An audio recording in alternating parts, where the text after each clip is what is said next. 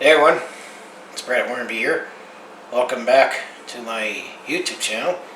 And now that finally the 2019-20 NHL season and playoffs are over, and that the Stanley Cup has been awarded, we are now entering the off season. Much later than usual, but seeing what's been happening this year, everything's been weird. But there seems to be a lot of weird rumors that you always get this time of year as we about to head into the entry draft and free agent frenzy in a week.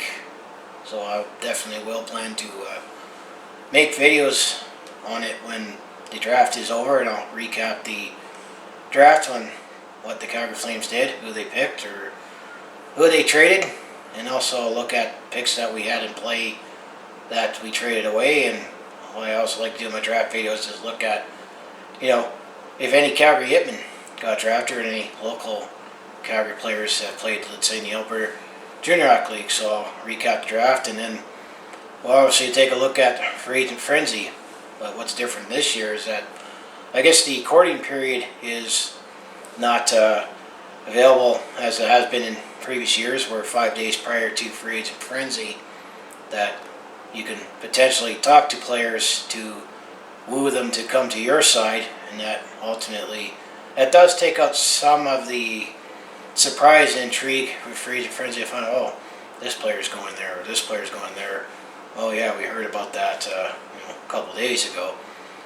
Although this year is definitely a lot different, and I know the Calgary Flames have been attached to a lot of rumors. I know I made a couple of videos a few weeks ago with the Arizona Coyotes looking at potentially shedding salary and maybe cashing out a couple of their assets in Oliver Ekman-Larsson and Darcy Kuemper to maybe recoup some picks that they have also lost in the violation with the Combine, which they don't have any picks also what they made trades. But if you hear any rumors that the Calgary Flames, I guess, won't be making a play for Oliver Ekman-Larsson, is that there was rumors that he either only wants to wait to go to Boston or Vancouver, and you gotta wonder how they're going to make it work with their cap situation. I know Boston's a team that doesn't overpay their players too much because they want to keep their competitive team, or players know that if they want to win, you have to take a little less, and that's generally how the salary cap works. And I know Vancouver is already going to be in some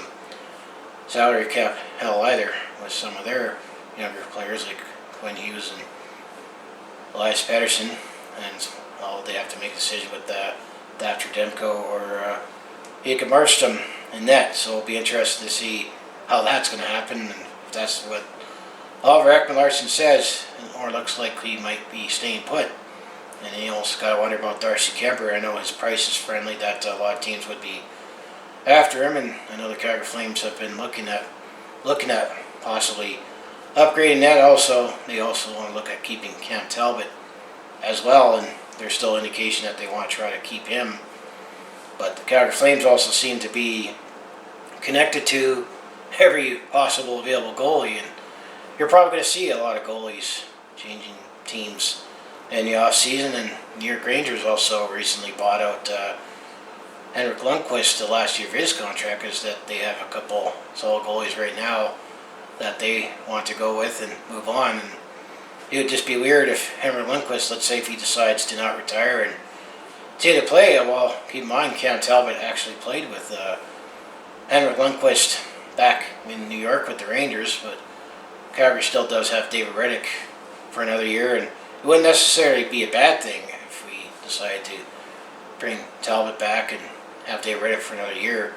It's just a matter, is David Reddick good enough to be the number one goalie full time? Because the last couple of years he started off as the number one goalie, and then eventually, this past season, Cam Talbot was the goalie that we went with in the playoffs, and then 2 years ago it was Mike Smith. And then, speaking of going back to Jacob Markstrom, there might be some rumors that maybe the Calgary Flames are going to be after Jacob Markstrom. That'd definitely be interesting.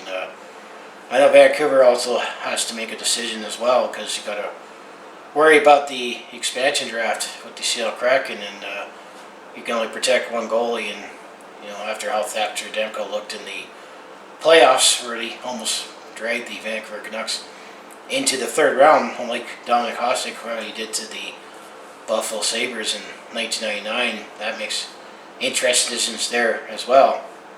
But I know that there always seems to be some rumors, especially if you look online, about is Calgary going to look at possibly trading, Johnny Gaudreau or even Sean Monahan. I'm doubting that you're going to see huge changes, especially if you watch Brad Treliving, general manager, and what he's talked about. But I know he's also not going to say, major plans at the same time.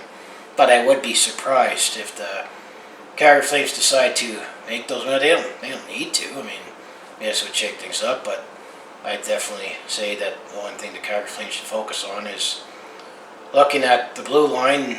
There's potentially going to be changes on the blue line already with all the unrestricted free agents, and maybe find another forward to add in as well in the top six or the bottom six. I mean, I don't expect Calgary to do too much, but you never know. And there's a lot of crazy rumors out there, and I just think there's other consensus thinking that Taylor Hall, Calgary might be on him as well. I mean, he's from here, and Hockey Buzz always keeps saying that he's coming to Calgary, but would they be able to find a way to fit him in and where to insert him in the lineup? I know that there was rumors that he almost came here in a trade when New Jersey traded him. I did make a video on that, but it'd still definitely make the Battle of Alberta even more interesting if we indeed get Taylor Hall. But how much would the price would be to sign him? I know Calgary has $17 million in cap space roughly, but we have a lot of decisions to make on defense, and bringing someone in as well. You got to worry about locking up Andrew Mangiapane as well. He's definitely going to be in for a lot more, and you got to wonder about goaltending. So it sounds like a lot, but with the flat cap, especially in the next couple seasons, and who knows what next season is going to entail, as the league is still figuring that out right now.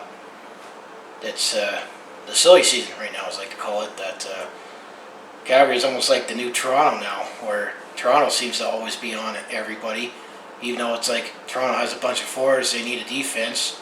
Oh, Toronto's interested in that forward, but and then you always hear rumors about could any other goalies get traded as well. Speaking of Toronto, with Frederik Andersen, I don't think Toronto needs to trade him away, in my personal opinion, but anything could happen, especially if there's a deal that's intrigued. But that's what I plan to do, and this is just my touch on that. I can't quite really make a pre-free agent frenzy video like I did last year, because last year there was a few players that were rumored to come to Calgary, and last year, a couple days prior to free agent frenzy, that Calgary was in on Cam Talbot, and ultimately he did sign here, so it wasn't as surprising when we signed him to free agent frenzy last year. But then there was also rumors that Calgary could have potentially been on Patrick Maroon, and he ultimately did sign with the Tampa Bay Lightning, and obviously it worked for him again as he got to lift the Stanley Cup with the Tampa Bay Lightning after with the St. Louis Blues last year. But with many teams on him, I just felt that would have been too much of a price to pay, and who knows, could he be on the market again? And then Nazim Cadre, there was almost a trade that happened where there was a trade in place, but he ultimately said no to Calgary based on his contract, but Colorado was on his team that he wanted to go to, and that's where he got traded to Colorado. So there was actually rumors to that when I made that video last year, but this year it seems to be back to who the heck knows, which kind of brings in the excitement on free agent frenzy. But I still have a feeling that we're going to have a revamped defense, because I have a feeling that TJ Brodie and Travis Hamonic are likely going to be going elsewhere. I mean, they've been shopped around in some of those rumored trades in the past. I mean, TJ Brodie was rumored to go in that trade to the Maple Leafs, where it would have brought Nazim Cadre here, but he said no because it was on his no list for going to Calgary, but then he went to Colorado. And then going back to that Taylor Hall trade, apparently Travis Hamonic was rumored to be in that package that he would have went to New Jersey, and then he would have Taylor Hall would have came here. So I mean, almost got to think in that sense that those players might be moving on. I mean, my guess would be Travis Hamonic actually he did say when he was with the New York Islanders that he wanted to move to Western Canada to be closer to home, and then he backtracked that, but then ultimately he came here. I know Winnipeg, I wouldn't be surprised to see Travis Hamonic go to Winnipeg because they definitely could use some help on the blue line. They had a patchwork blue line to get into the playoffs this year, and then there was that whole contract mess where it was a squabble with Dustin Byfuglien where he had an injury, but it sounds like he doesn't want to play anymore either at the same time, so that was a big hole for the Winnipeg Jets. But whoever we happen to sign, I'll make a video and recap, which I've done the last couple of years. There's going to be changes, obviously, and they're probably still going to be lots of money thrown around.